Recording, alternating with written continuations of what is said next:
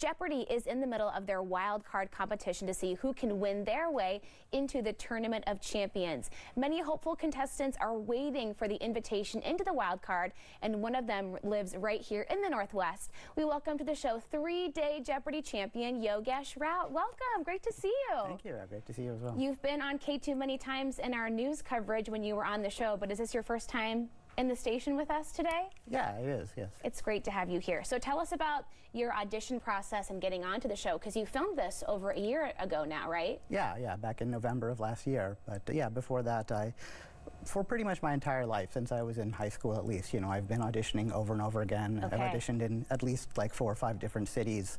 And yeah, this time it came up on Zoom. Yeah, you know, I just like all the other times I auditioned, I just, you know, I did my best to, you know, smile, present myself well. Yeah. And yeah, you know, this time, you know, all the other times I did that, I waited for a call and never got one. And this time I did get it. I've heard that so many times, though. So many contestants wait years and audition so many times over and over again when finally the timing just kind of works itself out. Mm-hmm. So tell me about your experience filming the show. 3-day champion. Congratulations, by the way. There aren't very many of those. True. Yeah. Thank you. Yeah. I mean, you know, the actual experience of filming was, you know, kind of a blur. You know, when you're actually competing, you just hyper focus in on the actual game, because, you know, one break in concentration could, you know, cost you tens of thousands of dollars.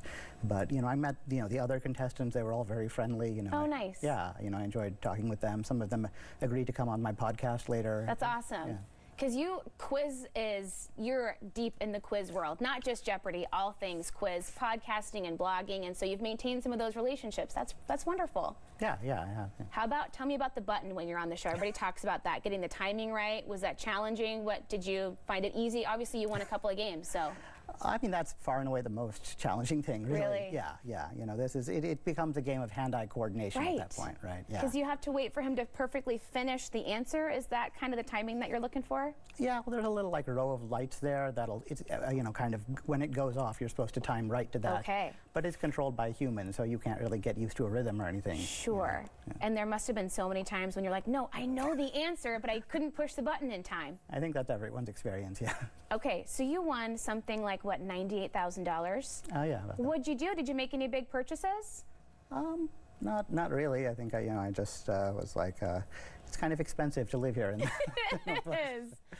Money goes to good use, even in everyday life. What else have you been up to this year since we saw you on Jeopardy? It's been since January. I can't believe so much time has passed. Yeah, I mean, you know, I've kept up, you know, like I said, I've been doing my blogging, my podcasting, all that. Business as usual for you. Yep. How do you get yourself ready to go on a show like Jeopardy? Because you're involved in the quiz world in lots of different ways, but Jeopardy is kind of its own animal, right? How do you prepare for that?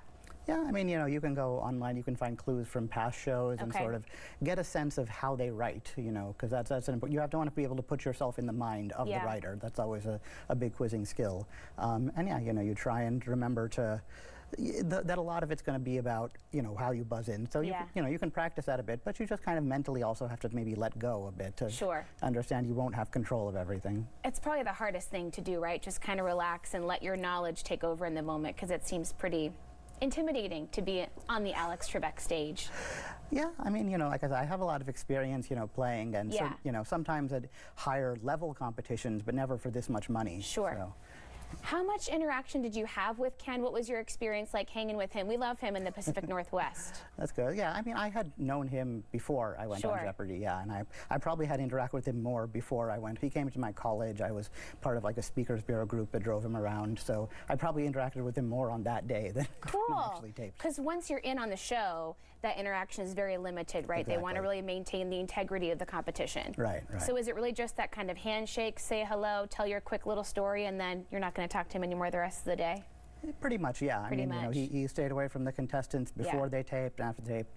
You know, we had a little bit of banter while on the stage. Yeah. He's a great guy. He's come on this program before, and he's so lovely. And I actually have a surprise for you, because Ken wanted us to pass along a message. So if you look at that monitor right ahead, I think he's going to pop in and give you a holiday greeting. Hey, Yogesh, this is Ken Jennings here on the Alex Trebek stage with a little message for you. I'm sorry to have to break this to you, but we are not going to be able to invite you back for our Champions Wildcard competition, as you were probably expecting. But that's because you're going straight to the Tournament of Champions. Congratulations, Yogesh. We'll see you back here soon. Congratulations! Congratulations! Thank you. Yeah, wow. Oh. How do you feel? We just put you on the spot. Yeah, no, I had no idea surprise. that was coming. Yeah, no, you know, it's something I've watched all the Tournament of Champions. I think, you know, and growing up, that was always, you know, kind of an aspiration of mine. So, that's awesome. And this is really special because you're bypassing the wild card round. You are straight into the tournament. You don't have to fight for your spot. How does that feel? It's a lot less stressful. Yeah. Yeah.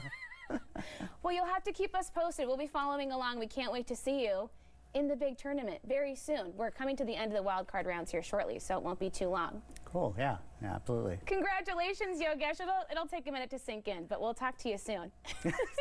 Thanks for joining us today. Absolutely wonderful. Enjoy, bask in the glory. We'll have more about Yogesh on our website at k8tu.com, and we'll be right back with more Afternoon Live right after this.